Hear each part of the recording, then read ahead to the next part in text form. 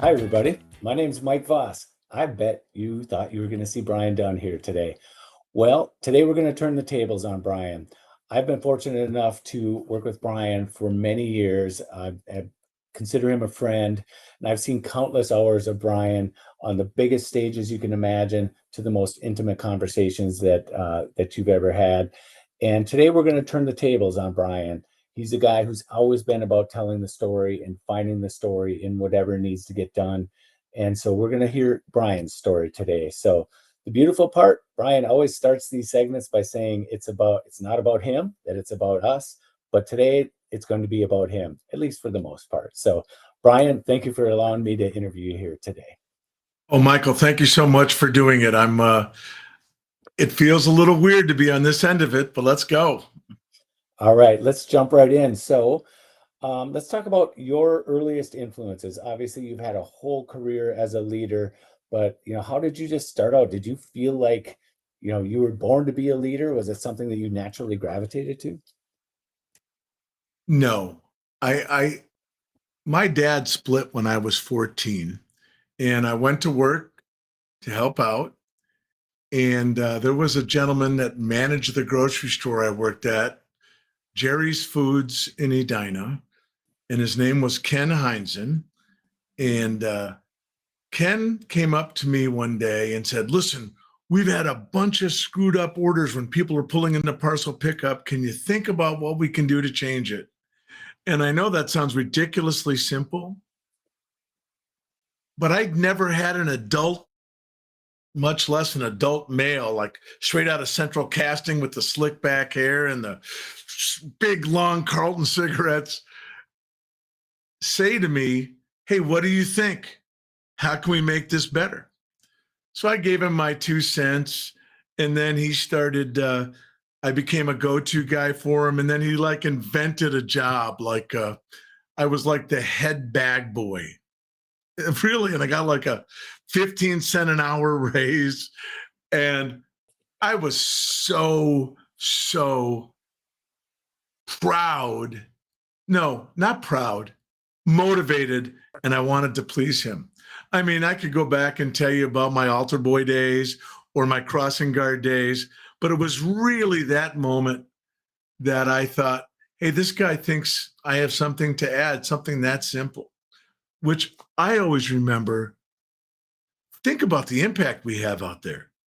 If a bag boy, when he's 14, hears that, and I get that huge impact, it really stayed with me throughout my life to date and my career. But ultimately, you didn't stay at Jerry's. You ended up taking I think, a part-time or maybe even a seasonal job at a retailer that some of your audience members may have heard of. Is that right? Yeah, no, it was full time. I was I'd been unemployed for almost a year, working side hustles here and there, and all well within the confines of common mores and legalities, but they were side hustles. They were landscaping, stuff like that. And I was engaged to my lovely fiance, Susie, and I said, "Boy, I better get a real job here." And my mom had worked at Best Buy, and she said, "You should really go apply here." And I did, and I ran into another great mentor in my life, and that was Larry Kerr, my store manager at the first store, Ridgedale, I worked at. So you've often referred to Larry Kerr, and you've obviously learned a lot of lessons from him along the way. So now you're working a hot sales floor, dealing with customers all the time. What are some of the lessons, either from Larry or just in that sort of different, crucible that you took away? Here's the big one. The training program then was not state of the art. It was here you go, no life preserver. Here you go sell some boom boxes, and then we'll get you over in TVs. And about 2 weekends into it, Larry comes up, managing by walking around the floor, and said, "Hey, Brian, how's it going? How do you How do you like it? And I said, well, I got to be honest, I don't. I think the training program sucked.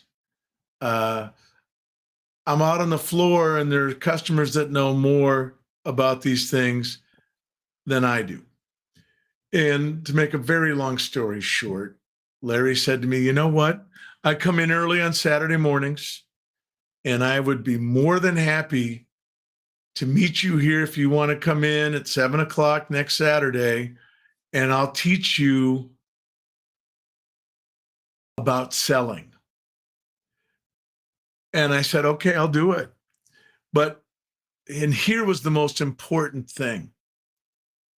He said to me, and I was expecting him to punch back when I said his store sucked. And he asked me about the Twins. The Twins were a good ball team on the rise in those days. He asked me about the Vikings, told me he was a Bears fan, asked me about my girlfriend, fiance, asked me about everything but the store sucking. And I learned there what Larry was doing is, hey, I want to get to know you as a human being. We're in this space together. I want to care about you as a human being, and let's relate to each other on that plane.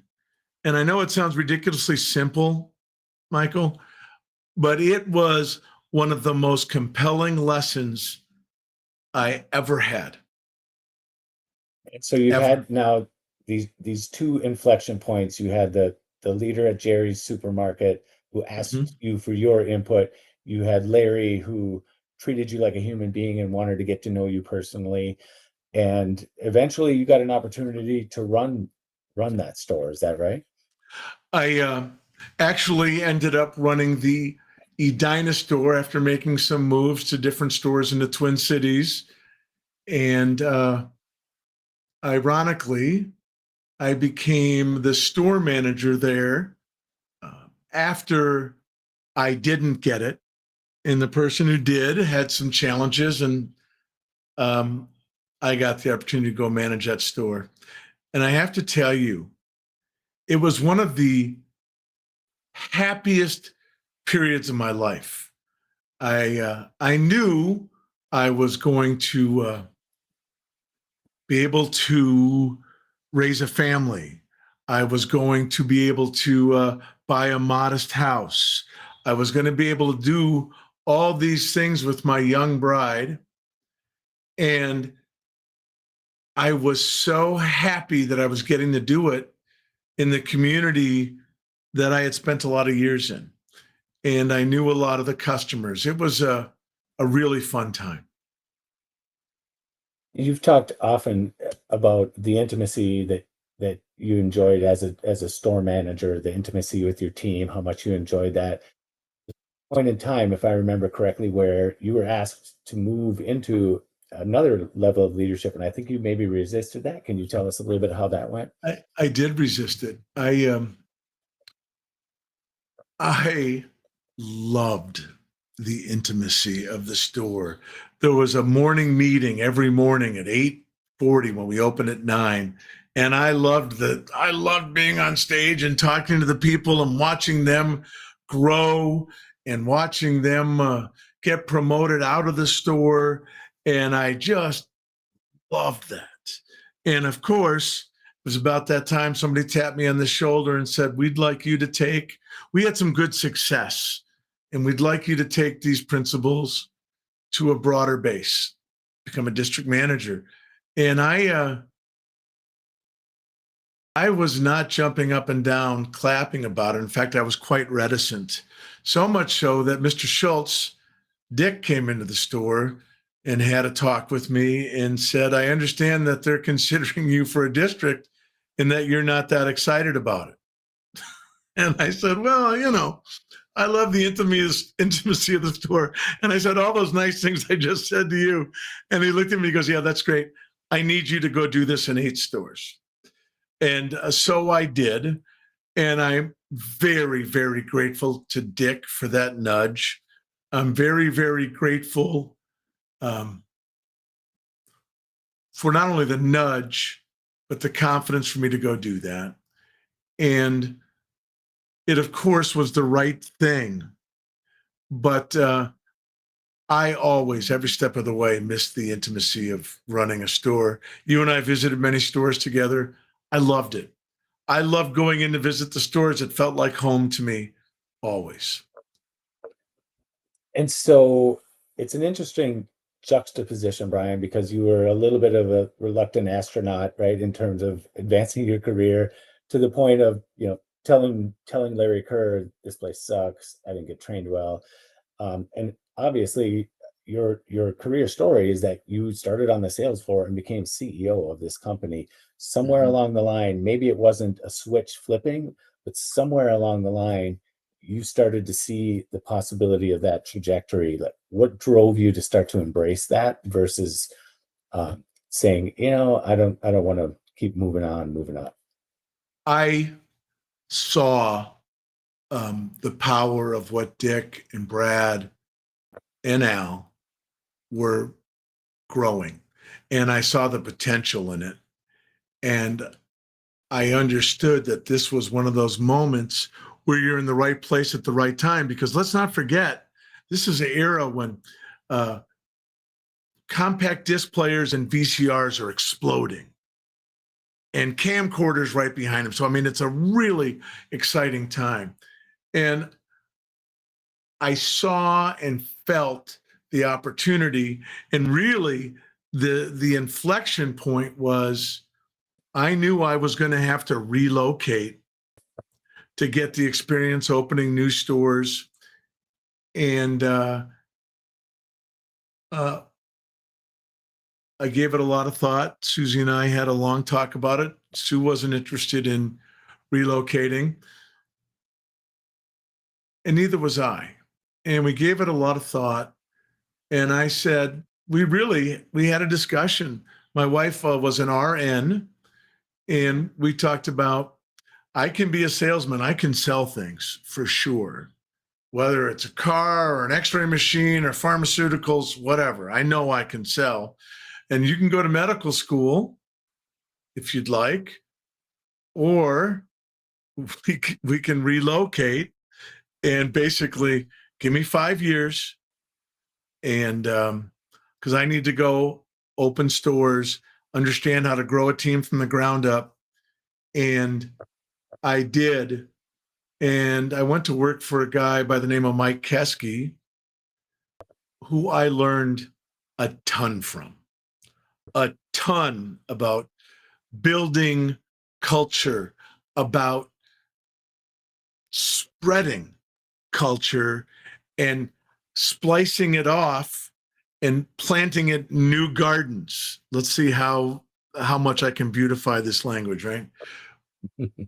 But it was in that time period when I relocated and became a regional manager, and I had Ohio, Indiana, and shortly after that, Pennsylvania. And it was I loved it. I loved it because, again, I had a team of district managers, and we got very involved with the store manager group, and I loved it. And it was in that horizon, that time frame, that I really realized I could contribute at a more senior level. Now, I had no delusions of grandeur that I was going to be a C-suite guy, but I thought, you know what, I can one day run a big piece of the country. And so there's no substitute for experience, obviously. You held multiple roles, lived in multiple places. What are some of the biggest leadership moments or lessons throughout that time from moving on from a store manager before you landed a senior role at corporate? What are some of the lessons you took away or the I uh, moments? I think that the skills translated. That was important to understand, that the skills of running a store in a district translated. But I also learned that the impact of your words and the impact of what you say when you're, or how you act when you're in a store, all those things really matter. And I really believe key learnings for me, and this is when Guy Baudin, my coach, my RHR coach, industrial psychologist, it's when I started working with him. He was assigned to me, God bless his soul. And where you apply energy. I remember him talking to me about energy is finite. Where you apply your energy matters so much. And and this is such a cliche, but the things you look at, the things you inspect are the things, that's where you get traction. And also, Kesky drilled something into my head that was real important in that time frame too. And that was, when things are going well, that's the time to slam the accelerator down. And when things are not going well, that's the time to really deeply examine, starting with your role in how you're doing. And I was blessed, Michael. I worked with some great people and learned a ton from them. And I think taught them a ton. I worked with some really great district managers and store managers, and they were great days. Great days. So those are some of the positive messages or lessons you took away. What are some of the myths about leadership that you discovered throughout your journey? That when you get promoted, that you're somehow smarter, or that the S goes on your chest and you have all the answers. The truth is, the more senior you become, you have less of the answers. And it's so important you stay close as you can to the source where the rubber meets the road, while understanding the macro. You have to always carry the macro, because all of a sudden your constituencies have expanded. It's not just your customers and your folks working in your stores. It's the people in the corporate office. It's it's Wall Street. It is the manufacturers, the vendors. It's all of it. And you've got to carry all that while you stay as close to the source as you can. And I think the mistake at one point I made, if you get too far away from the source, and for a brief time I did, you lose touch with what's actually happening. And then pretty soon you're a sniveling pile of tweed, you know? And that's really where the town halls were born out of. And that's got to be a challenge, because you're getting a bigger title, more responsibility. People want to tell you what you want to hear. So how did you find a way to really reconnect with that retail experience, with that line level employee, to really hear them and see them, and not just give the old, pile of sniveling tweed nod and yeah, thank you for your input? How did you find a way to really reconnect? I think it was visiting stores on nights and weekends when they weren't expecting, so you could see what was really happening. It was using a network of people, some of whom have been on this podcast, that I could call on a Friday evening or Friday afternoon and say, hey, what's really going on with labor? What's really going on with this? And it was also the town hall meetings we did and the skip level meetings. I mean, there were times we were meeting with store supervisors, which was awesome. So much richness came out of it. But I want to tell you, I give myself mixed marks on that. I think the jobs, C-suite jobs, and I'm not making any commentary about any specific retailer. I'm not, because I'm just not close to it anymore. But I'll tell you this, those jobs were designed to insulate you from what was really happening. Nobody walks in, knocks on the door and says, hey man, I really screwed something up. You need to know that I really made a mess here. Nobody does that. But you, the individual, has to dig down and find their center on that, where they're serving all their constituencies. And I would give myself a C on that. I mean, it was hard to do. I think our town hall stuff was great. I think we left some people, and we did some town halls in the corporate office too. And famously, do you remember the town hall we did? You were my moderator, and somebody said, "Hey, the hold music sucks." Do you remember that? I do remember that. Yes. And I'm like, huh, and here's what I thought in that moment. How do I not know that our hold music sucks? And it was such a staggering that. And we got a question from China, because we did it for the whole world. We did. Why do people in America make more money per hour than we do? So we didn't hide from the hard questions, but gosh, they some of them you just can't be prepared for. And like, honestly, how did I not know the hold music was bad? How did I not? Yeah. Because nobody puts the CEO on hold, so you wouldn't know. That's right. That's right. I mean, that's totally fair. But you know what? Come on, that's not even a hard one to figure out, you know. But that was in front of the whole, well, not the whole company, but in front of everybody on that at that town hall. The whole music was terrible. And I always wondered if you knew that was coming at me, but I didn't want to break the, you and I always agreed that you would ask what Whatever the questions that were coming in. And the questions, as I remember, were coming in live. In real time. Absolutely, they were. And you were great about being willing to do that. And that sent a really powerful message to employees about leadership. Can I share one more anecdote about that? Please. I remember one time, so I didn't mention this. My mom worked, or maybe I did. My mom worked at Best Buy. And so I learned so much from her. She worked in the co-op advertising department. She really put it together. And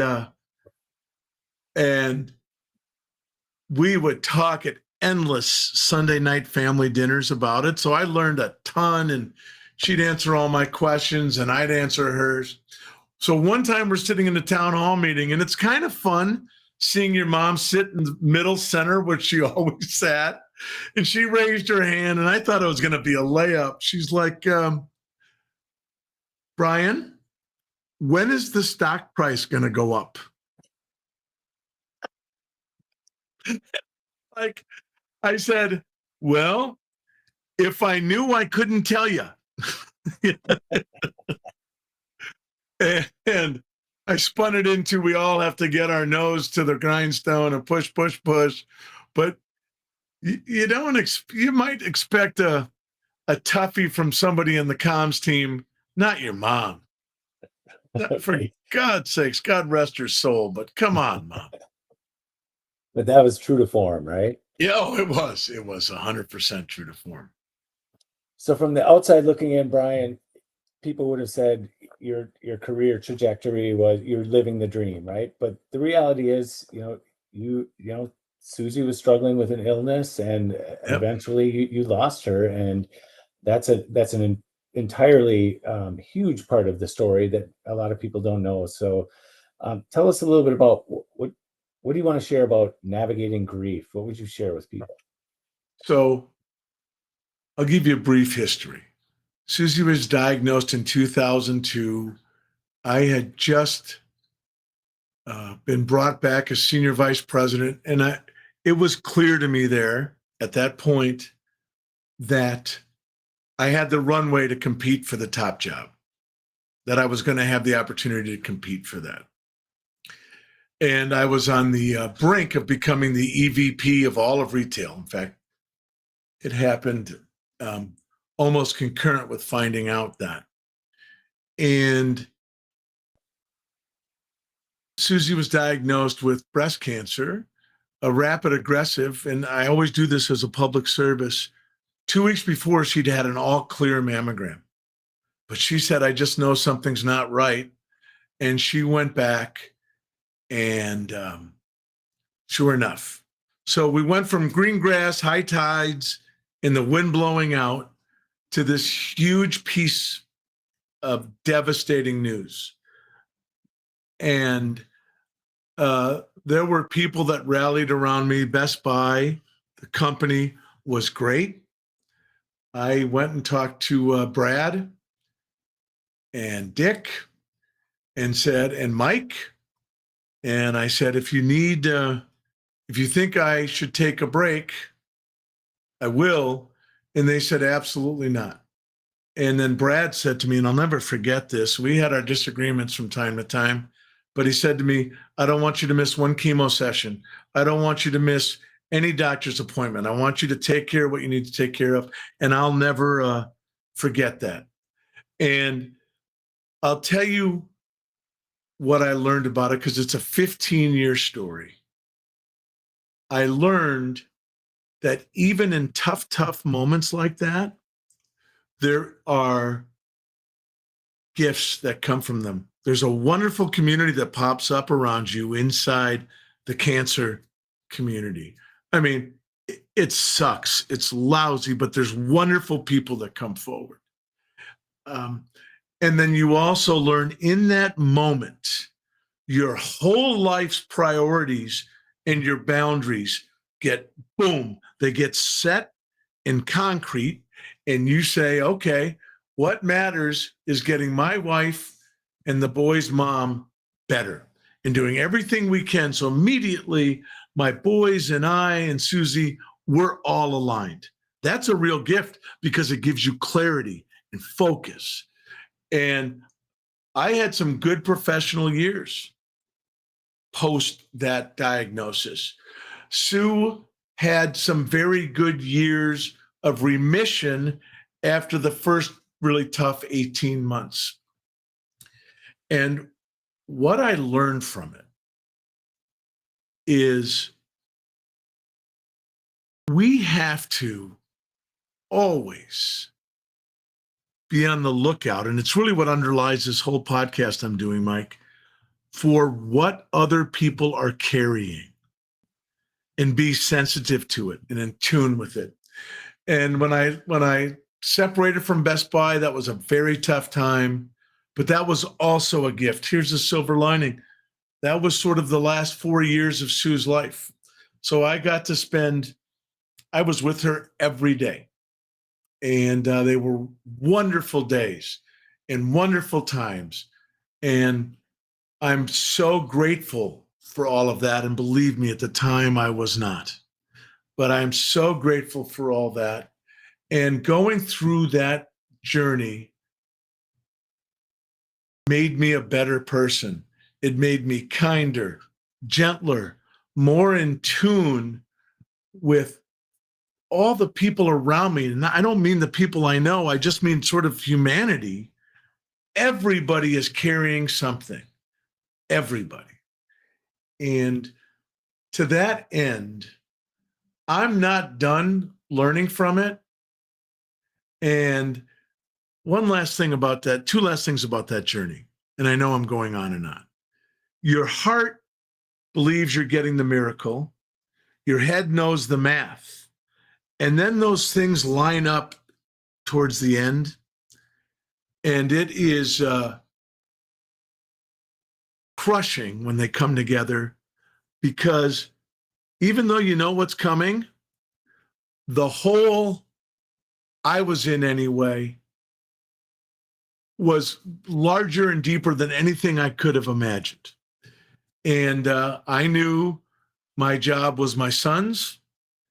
And that was a blessing to have that like a last gift from the North Star. But the big learning, and I reference this Nora's TED Talk all the time. She talked about, we don't move on from grief, we move forward. I don't shy away from my grief. You know, I weave it into my Christmas Carol thing every December. And we move forward. That's my big lesson. Thank you for sharing that, Brian. I think that's a side of your life I think a lot of people aren't necessarily aware of. So thank you again for opening up and sharing that side of it. I know we're short on time here. You touched on why you've created the podcast to share some of these lessons. Give me your closing reflections, in terms of, how do you think about what's next for you, for your sons? Where do you want this podcast to go? My sons are all doing really well in their careers. They're well established. They're all coming up to Alex for Father's Day. I'm super grateful about that. My youngest son, Joseph, just got engaged. My other guys are with wonderful women. They're doing great. And about this podcast, and they're my best friends, which I'm so grateful for. About this podcast, I'm called to this. I work a lot of hours a week on this. I'm not asking anybody to feel sorry for me, but I've never worked this hard for free in my life. But I'm working with wonderful people who already I've grown to love. The team here at Streetside Studio 7, it fills me up to come in and work with them. And I am called to this. And I just know providing this platform for people matters. And I am super committed to actually letting them tell their stories and providing this platform. So that's what I know so far. And I think we're going to learn along with you as the podcast continues. And I think you're already hearing from people, and you understand this is having on people. So keep up the good work. I will turn it over to you to close it out with the final thoughts. Okay, I will. I want to thank my guest, me, for being such a wonderful guest. And now I have to find there we go. That's it for this episode of the most important podcast ever. A big thanks to Michael Voss for taking the time to do this. And I felt funny being the subject of the interview. I hope it wasn't self-aggrandizing, because believe me, made plenty of mistakes. If you've enjoyed this conversation, please share it with somebody who might find it meaningful. You can watch or listen on our YouTube channel or Apple Podcast, iHeart Radio Podcast, Amazon Podcast, Spotify. We're there. And please subscribe. It's free and it really helps us out. And with that, I want to thank my brother Michael for making this work. And I want to thank all of you especially for watching. We'll see you next time.